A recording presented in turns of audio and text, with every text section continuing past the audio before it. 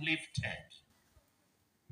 The incest taboo is uplifted through marriage rituals, ceremonies that allowed me to marry my sister Helen. But remember, that incest taboo, which was uplifted, was only uplifted between me and Helen, but it was not uplifted between me and Beatrice.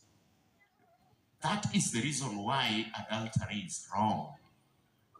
It is not because the churches teach or the Bible or the scriptures teach. It is precisely because we are children of the same Heavenly Father and Mother. And in order to avoid that, we have incest taboo uplifted, and then marriage becomes possible between a brother and a sister. But that taboo is only uplifted between you and your partner, but it is not between you and any other man or any other woman. Ladies and gentlemen, that is why fornication is also wrong. Because when you have not had the sex taboo uplifted in the sacrament of matrimony, and you sleep together because you are boyfriend and girlfriend, you are committing incest. In 1983, I was teaching at Nyabondo High School. I was teaching social ethics to Form 3 students. And I was telling them about abstaining before marriage. And one student told me, Mr. Ojore, you are not serious.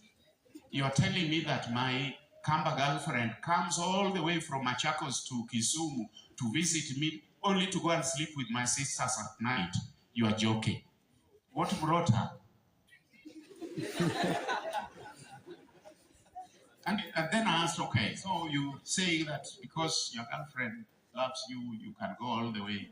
And he said, sure, sure. So I asked him a question. Okay, you go for a walk, you come back into your grass-thatched hut, and you find your sister having a relationship with her boyfriend in your hut.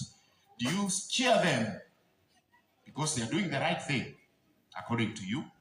And the fellow said, no, I will take a rungu and hit his head for him. Why should he spoil my sister?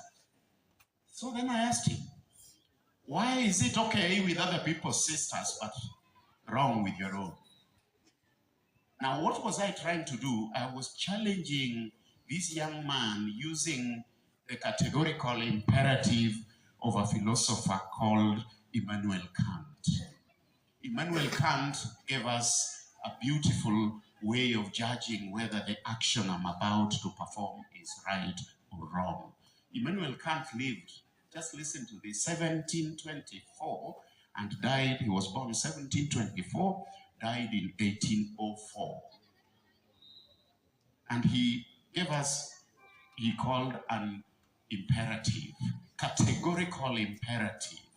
And that categorical imperative states that good must always be done and evil must always be avoided. In Latin, it sounds very beautiful. Bonum est facendum et malum est evitandum. Evil is to be avoided and good must always be done. Good must always be done and evil must always be avoided.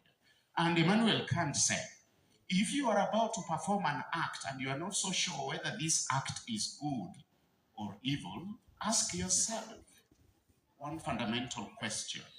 This action I'm about to perform, would I want it to become a universal norm, or would I want my father, my brother, my mother, or my sister to perform it? And he says, if your conscience is correct, because there are so many people in this life who have misguided conscience and have wrong conscience, but we are supposed to have correct conscience. And if